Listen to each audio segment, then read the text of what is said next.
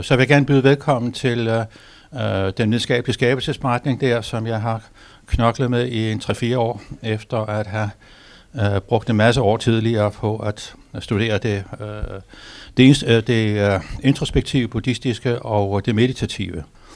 Altså jeg selv har skrevet, at jeg kan fil, og det er heller ikke løgn. Men jeg er musikmand, altså gymnasielærer og operasanger, rigtig brøleabe, og desuden har undervist en masse forskellige sammenhæng. Så jeg har de her to ting at trække på. Så mit speciale område, det er altså musikken, og så er det åndsvidenskaberne til slut. Jeg vil gå over til første afdeling her, og det er kvantemekanikken. Jeg har noget litteratur til hver af hovedafdelingerne. Der er en bog her af Claus Mølmer, som er en særdeles udmærket bog, som man godt kan læse. Så har man interessen for det og lidt tålmodighed, så kan man altså udmærke få en hel masse forstand af det her. Han kommer her noget med på side 14 tal og matematik, som jeg synes egentlig er meget sigende. Altså store og små tal. Universet er næsten ufatteligt stort og næsten ufatteligt gammelt. Atomer og elementarpartikler er ufatteligt små, og deres indbyrdes processer foregår næsten ufatteligt hurtigt. Afstanden mellem jorden og solen er 150 millioner kilometer, mens elektronerne i brintatomet befinder sig cirka 5 gange 10 i minus 11. Det skal altså divideres med 10 med 11 nuller bagefter. Det er pudsigt at se fra disse tal, hvordan menneskeskala nærmest ligger midt imellem det astronomiske og det atomare.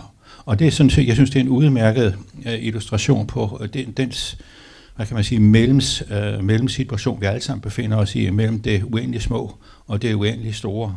Og selve vores solsystem, det er jo kun et, hvad kan man sige, vi befinder os i yderkanten af Mælkevejen og vores egen solsystem, og som er en galakse af en galaksehob. Og så er der andre galaksehober, og så tidsskalaen tilbage til Big Bang skulle være omkring 4,5 milliarder år. Og det igen altså størrelser, som er ufattelige. Så det er, hvis man tror, at man skal regne rundt og fatte de her ting, så kan man godt droppe det. Hvis man går ud fra noget af det, man kan forstå, og så fylder noget på derefter, så har man allerede fået et ekstra udbytte af det. Og så kan man jo studere videre med ditten og datten. Men at rende rundt og forstå det hele, det kan man godt glemme. Altså fordi i øjeblikket taler det ikke bare om energi og mørk energi, og det ved de ikke, hvad er. Så altså videnskaberne er begrænset. Videnskaberne afgrænser et problemstilling på, hvad skal man sige, på godt og ondt. Altså man kan skabe en eller anden harmoni ud af noget, eller man kan skabe et helvede ud af noget, altså hvis man kigger på de andre planeter, vi har. Og jeg synes også, det er udmærket, at man gerne vil høre, om der er liv på andre planeter, om det er Titan eller Enceladus, eller hvor det er. Men altså, der er liv på denne her planet. Så skal vi ikke lige prøve at starte med det først, og så kan man altså se, om der er andre mikroorganismer på Mars, eller hvor det måtte være. Har vi fået standardmodellen? Jo, I kan se, det er fra Wikipedia. Derhenne, der har vi H, altså Higgs boson. Og så kan det gudepartiklen, altså Gud må vide, hvem der er journalist, der har fundet på det. Men så vidt jeg har forstået af hvad kvantemekanikken, så er der 4 hovedkræfter. Der er det, vi alle sammen kender som et lys, elektromagnetisme, og det vi også alle sammen kender, det er tyngdekraften. Så hvis man går ud fra de 2 ting, så bør man altså ligesom kunne orientere sig med noget, som man kan forstå. Jeg kan se tyngdekraften, for eksempel. Alle vores celler i kroppen er afbalanceret efter tyngdekraften. Og vores øjensans er selvfølgelig receptiv for elektromagnetisme.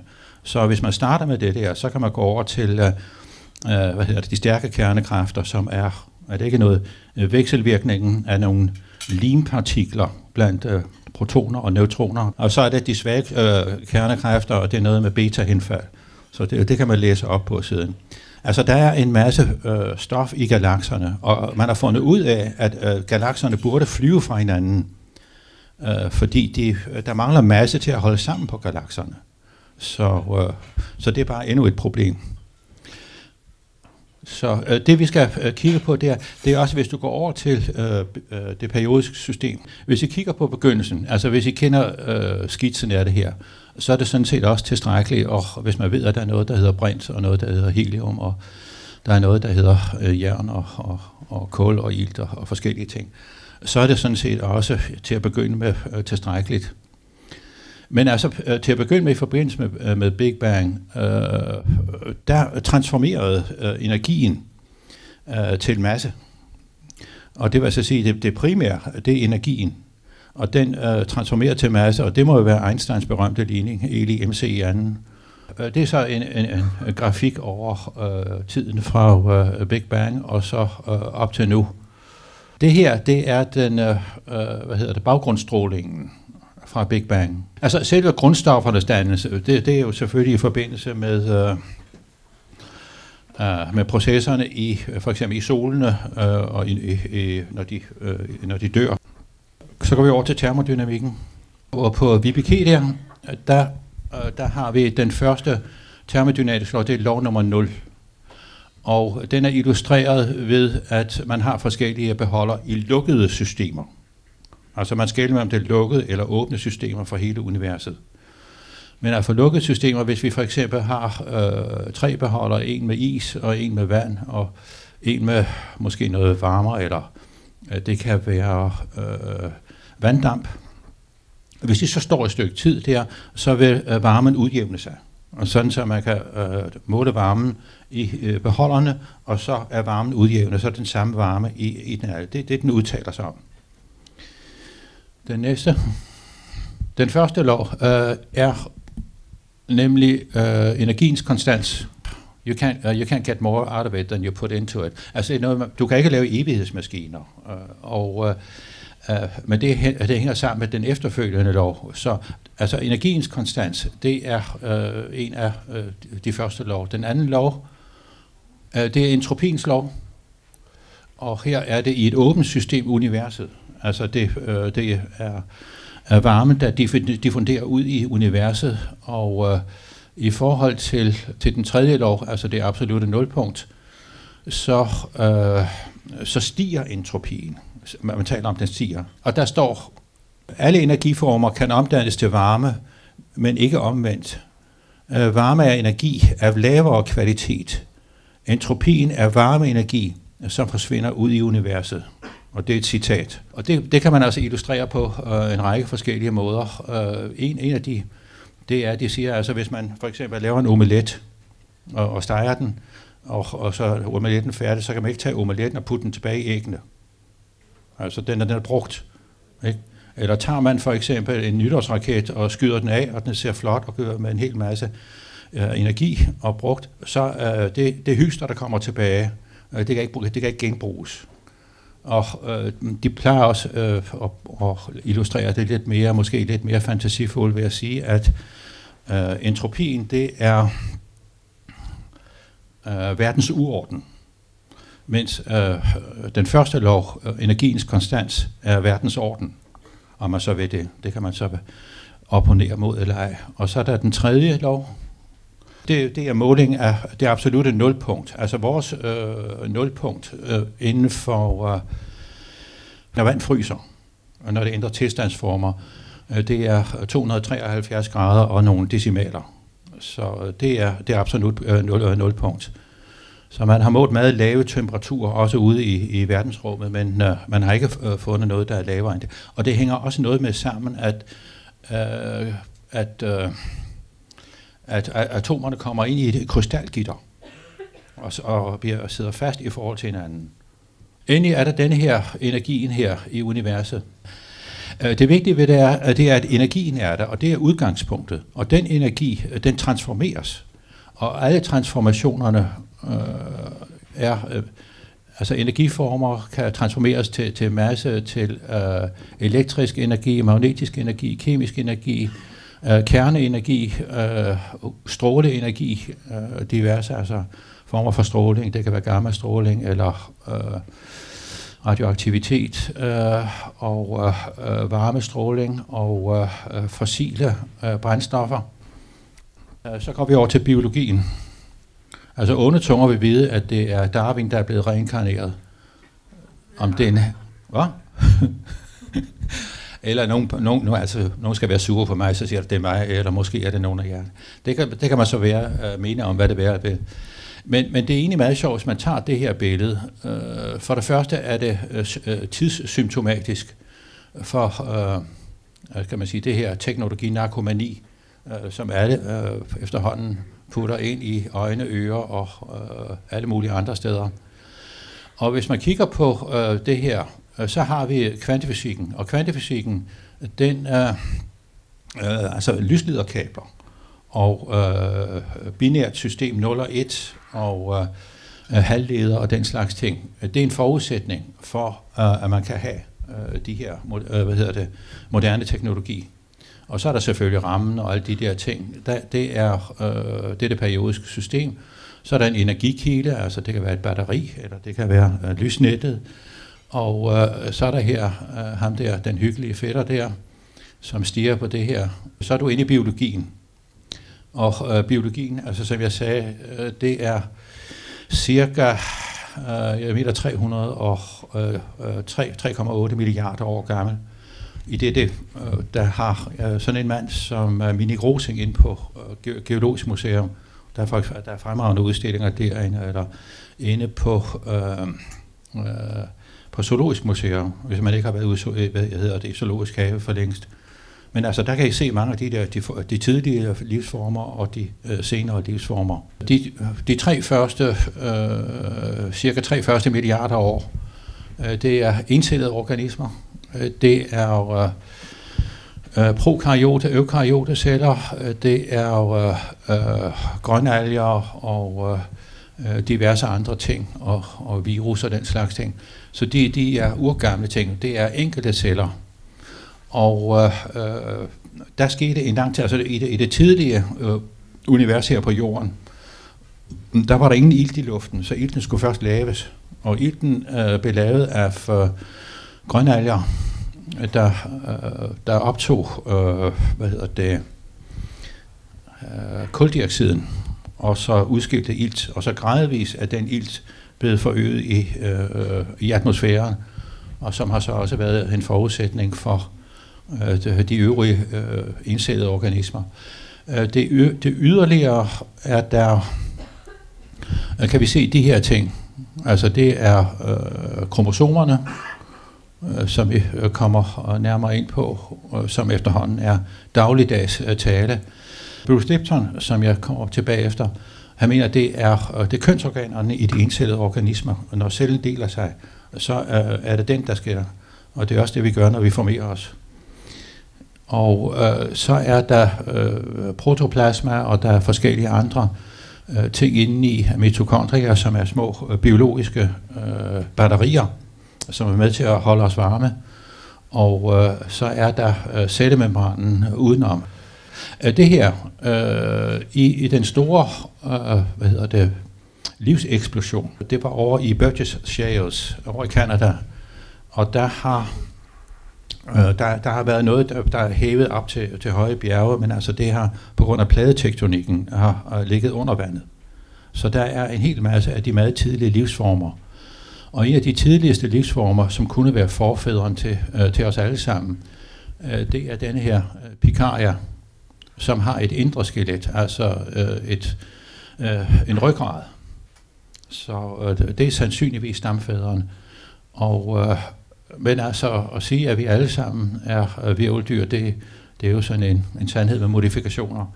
Fordi der er jo alle de der dyr, som ikke er hvirveldyr, altså så som orme og krabber og biler og hvad det ellers hedder. De har ydre skelet.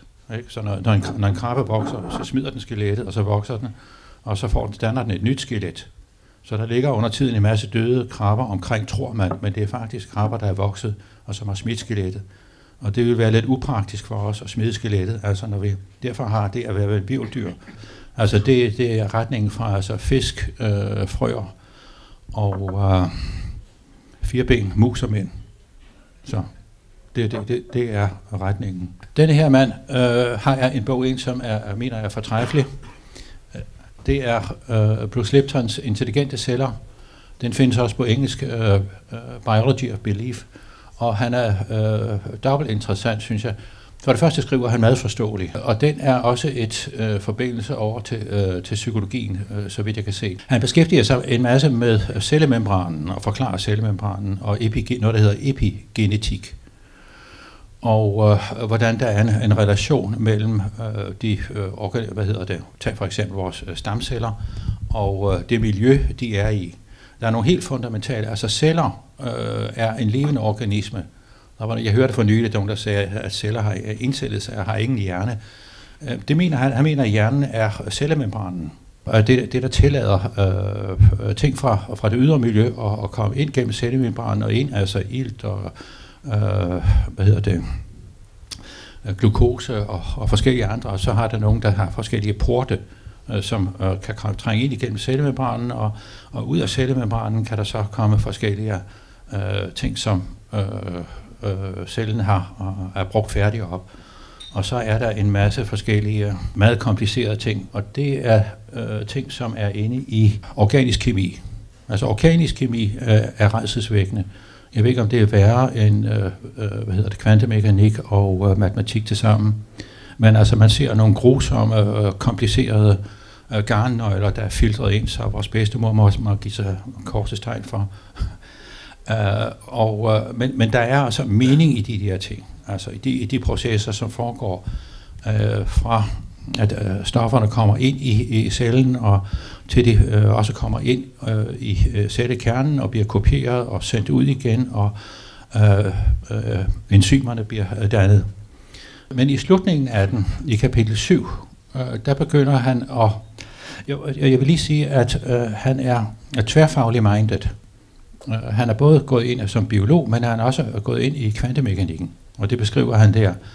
Men hans retning inden for psykologien, der nævner han sådan 5-10 linjer af Freud, og så er det altså sket. Og Jung har han altså sprunget højt og flot henover, det synes jeg er synd for Jung. Og så har han glemt termodynamikken, synes jeg. Og så vil det jo være rart med at komme lidt med inden for buddhismen. Men han påstår, at han selv er agnostiker og sådan noget lignende, så jeg tror nok, han er til at overtale til de her ting, hvis man snakker med ham. Han er meget livlig, og han er inde på nettet. Der er en hel masse forskellige videoklips af ham, så I går ind og kig. Det, der slog mig i kapitel 7, det var, at cellerne begynder at de har en hel masse programmer. Altså ligesom musklerne, de har 2 stadier, de kan flytte sig imellem, en bøjet og en udstrakt. Og der er en hel masse af det der nærmest er, som han kalder det for en jukebox, eller et pladeafspilnings, et maskineri, et autonomt maskineri, der kører. Den her autonomi, det er også lige nøjagtigt, hvad vi finder inde i vores autonome nervesystem. Og der kommer vi ind i forbindelse med Jung, og Jungs autonomien i arketyperne fra Jung. Og hvorfor arketyperne er der? Det må jo være interessant, hvis nogen af jer har haft en drøm, og det går jeg ud fra, at jeg har. Og jeg også ringer væk ud, og så er der op til hverdagen, og så den daglige trummerum i gang til. Men de er derinde, og de har altid været der. Der var et hovedproblem med Jung. Det er, at hans farmor lavede ham for tidligt. For han er født altså cirka 50-100 år for tidligt. Fordi en hel masse inden for biologien er simpelthen ikke udviklet tilstrækkeligt med. Så det har han altså måtte lave, gået ud derfra.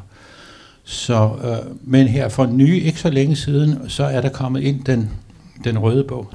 Et stort folieark, det er næsten som inden for gammel gregoriansk sang, hvor der stod 5-10 mennesker og sang ud fra det samme pergamentark, som var blevet kopieret i hånden. Men det er Jungs egne arketyper, som han selv har lavet, og det er hans egen direkte erfaring, og det er hans arbejde med drømmepsykologien, som også han var meget stærkt baseret på. Og jeg ved, at de havde, Jung-familien havde puttet den der ind i en schweizisk bankboks, og det er ikke noget, der er let at bryde ind i. Men det er altså lykkedes efter mange forhandlinger og nogle generationer at få fremristet den der bog, og den er altså blevet udgivet så den kan ses, og der er også engelsk oversættelse, fordi der er en hel masse gammel tysk og latin og så videre. Jeg tror ikke, vi alle sammen har sat det stiv i det. Ja, det er et af billederne her af Jungs, så I kan se, der er en meget kraftig sol deroppe. Og den kraftige sol, det er nok en masse energi. Og det, jeg tror, så vidt jeg husker, at det er en af de drømme der på vej igennem Dødens Dal. Der er både mad af termodynamikkens første lov, og Dødens Dal, det må være entropien. Men desuden har jeg også fundet i Jungs samlede værker, der er 20 tykke bind i den. Og i bind 8 af den, der taler han direkte om termodynamikken. Så det er egentlig forbavsende, så godt han er sluppet fra de her ting, uden at have kendt til biologien, som den har været inde fra for eksempel midten af 1950'erne og så op til vores tid. Så det har han, altså, han har ramt rigtigt på de her ting. Og han har også, grunden til, at han rammer rigtigt, det er, at den intuition, som fungerer på det indre plan i forbindelse med vores energier, den lyver ikke. Men den laver sit eget sprog. Og det er op til jeget og selvet at finde ud af, hvad det er for et sprog. Den meddeler sig til os på dens betingelser. Men den står ikke lige og kommer prikker os og begynder at oversætte det hele til vores dansk, engelsk eller andet rationelt tanke. Så der er et split imellem rationaliteten og så det, man kalder det irrationelle. Det har været en udstilling af de forskellige af Jungs arketyper, og dem kan man se, og dem kan man selvfølgelig også undersøge på nettet. Altså ganske flot. I kan se typer af slangesymbolet og begyndelsen på et eller andet træ. Der er en række elementer. Der er et eller andet dejligt monster der fra dybet. Og der er en eller anden båd, som sejler over med en solskive. Der er farver af ild, altså ild og jord, og ovenover vand og en række forskellige ting. Så man må forstå, at Jung var visionær. Han var visionær. Han så visioner. Ikke? Så altså, medmindre man bliver visionær selv, så har man noget at indhente. Det andet, jeg vil nævne, det er Maslows behovspyramide. Den har jeg taget med, dels fordi Maslow er humanist, og det synes jeg er en udmærket ting, og humanistisk psykologi. Den er meget kendt, og den har den store fordel, at folk, der har problemer, som enten går til læge, eller til psykolog, eller psykiater, som ligger og roder med noget virkelig problemer her i bunden der, de får behandling for det pågældende. Men altså, den er lige så vel godartet for ganske normale mennesker, hvad det så end er, med eller uden visioner. Og så er der altså biologiske og fysiologiske nødvendigheder, sikkerhed, et eller andet sted at være, og kærlighed, behov for kærlighed, og at blive værdsat, og kognitive behov, æstetiske behov, selvrealiseringsbehov og transcendens osv. Og så er der op til toppunktet. Det er selvrealisering. Så kommer vi over til denne her New Brain, New World. Det er denne her bog af Erik Hoffmann. Og han er inden for en anden, der hedder transpersonlig psykologi. Altså psykologi, som går ud over egoet og jeget. Og egoet og jeget er en slags splithed mellem subjektivt og objektivt, som er relativt, vi alle sammen er vant til i hverdagen, men altså, som trods alt har en række begrænsninger. Den er begrænset for, hvis vi går ind og kigger på, altså hvis man spørger sig selv, hvad holder vores vejrtrækning i gang, når vi er nede i dyb søvn? Det er det autonome nervesystem, og det er vores højderbyggede sættesamfund, der holder os vejrtrækning i gang. Det er noget, man kan måle nede på noget, der hedder delta-theta-niveau fra meget svage strømme, som man altså også registrerer. Og ham her, Erik Hoffmann, som er forfatter til det der,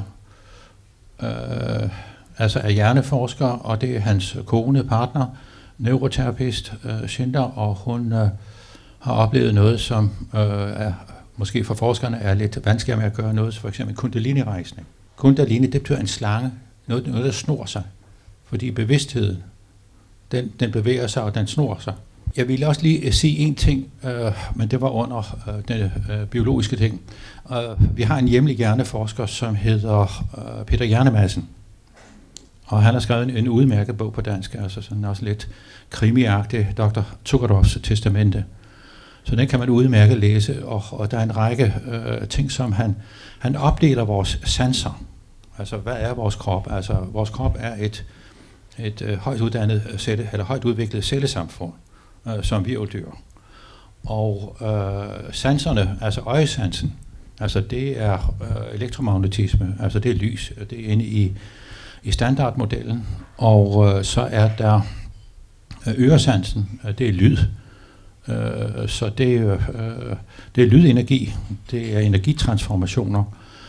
Så er der næsen og mund, det er kemiske reaktioner, duftreaktioner og smagsreaktioner. Og så kommer han ind på følesansen. Følesansen er ofte sådan en eller anden almindelig skuffedarium, sådan udifferentieret. Men den deler han op på en række andre måder. Dels kulde-varme-sans, som vi kan registrere, og så kan vi registrere også tryksansen. Altså hvis vi er oppe og flyve, altså klikken for øren, det er trykudjævning. Ligevægtssansen, det er trykforskydning. Så er der, sidder man på toilettet, så er det trykudjævning. Og er det damer, der føder børn, altså så er det almægtig trykudjævning. Og så kommer der et stort primalskrig. Og så, nu er det overstået.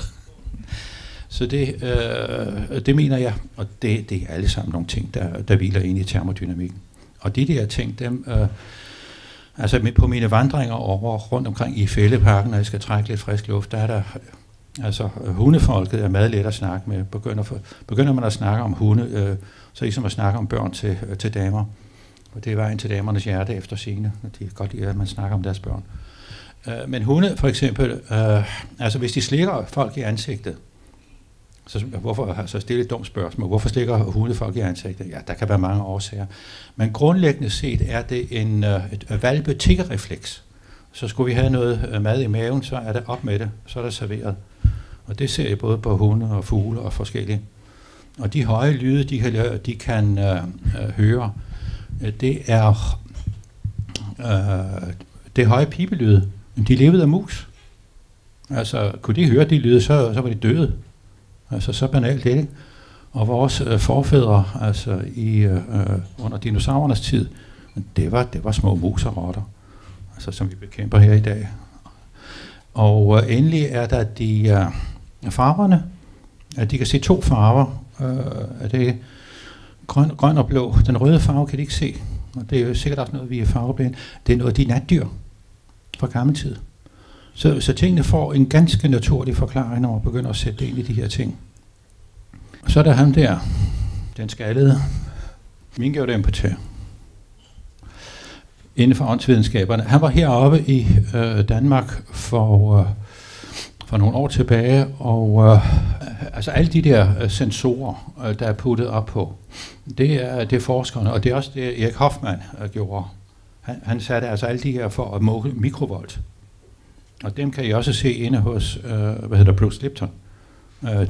De registrerer det altså fra delta theta og så op til alfa i hverdagsbevidsthed, og er vi noget mere aktive, så kommer vi op i beta, og hvis vi er meget stærkt aktive, så kommer vi op i gamma-niveau, i mikrovolt. Så det er altså det, han får målt her, og derfor er der mange folk inden for åndsvidenskaberne og andre folk, der vil gerne vide, hvad der er inde i hovedet på de her buddhister, og hvorfor har de det hoved, de har. Svaret gives i Erik Hoffmanns bog, A New Brain, New World. Der kommer et afsnit, der dukker pludselig noget, der hedder samadhi op, og det er en buddhistisk term. Og den term, den bliver brugt som et udtryk for, at højre og venstre hjernehalvdel er meget synkroniseret, og der er en meget stor udveksling mellem corpus callosum og de to sider af hjernen. Så det er det, de gør, og det er det, meditationen gør. Og det kobler tingene ned på hvad hjernen krydser over. Altså vores venstre hjernehalvdel krydser over til højre side, og det er også meget den rationelle, og der sidder noget sprogcentre og andre ting, og jo mere man dyrker et højt IQ og udenadslæret, og hvem ved mest, osv., jo mere styrker man den side, så den bliver overdomineret. Altså man bliver faktisk lidt skævhjernet. Og mens den anden side, den er underfodret, og den mangel, den udjævnes gennem det meditative, og derfor bør man altså på en eller anden måde indflette et eller andet af den slags, og det kan være noget kreativt, det kan være noget andet, i sin hverdag, for netop at prøve at modvirke den type af skævhed. Endelig, efter denne her, The Four Noble Truths, lidelse, smerte, stress, og så alle de her typer af ting, som vi har. Altså den klassiske ting for buddhismen, det er altså, er du født, så lever du, og så bliver du gammel og syg og dør. Og det er ikke så sjovt efter sigende. Så det er et begreb, der hedder den første. Det er noget, der er helt nede på jorden for hvem som helst, der kan finde med om de her ting. Den anden sandhed, det er årsagen til det, eller årsagskæden. Det er noget, der hedder tanha, klinging. Altså man klynger sig til noget. Det kan være, altså hvis man kan have nogle godt fast fossilerede for skæve fordomme, eller man kan have nogle dårlige vaner og andre ting, som man i virkeligheden er noget selvsaboterende, og det kan jo ske for os alle sammen. Men det er i meget, meget bred forstand. Den tredje sandhed er lidelsens ophør, og det er nirvana. Og nirvana er sammenlignet med, at ilden går ud, altså at de værste forhindringer til lidelsens ophør, det er nogle rodgifte, taler de om. Det er at overdreven brug af sex, eller overdreven brug af had og aggressivitet og uvidenhed. Uvidenhed er virkelig meget, meget dybt, fordi man ikke rigtig forstår, hvorfor tingene kører skævt på en eller anden måde. Og endelig er det den fjerde sandhed, det er lidelsens ophør, og det er den ottefoldige vej til at opnå nirvana. Men endelig altså i buddhismen i almindelighed, som man kan snakke længere inderligt om, fordi der er en 2-3.000 års litteratur tilbage i tiden. De har en hel masse værdier, og bare almindelige humanistiske værdier, en respekt over for livet, og lade være at rende rundt og gå og slå ihjel, og lade være at slå ihjel unødigt, og lade være at lave krige og alt muligt dårligdom og ødelægge naturen, og vi kan se på, hvad der sker i dag ude omkring i verden. Det virker jo nærmest som om, at når man er hjem her i aften, så kan man se Anders Lund Madsen, og der er hans udsendelse om dårligt nyt, som vælter op. Så det mener det er en decideret modgift til de her ting. Der er en hel masse ting, man kan tage til sig, uden at, uden nødvendigvis skulle blive buddhist eller munk eller noget. Det er kun noget, man gør, hvis man ønsker det. Og hvis man ikke ønsker det, så lader man bare være. Ikke? Fordi så er det ikke et ønske. Og det er sådan set noget meget fundamentalt i det. Ja, tak for nu.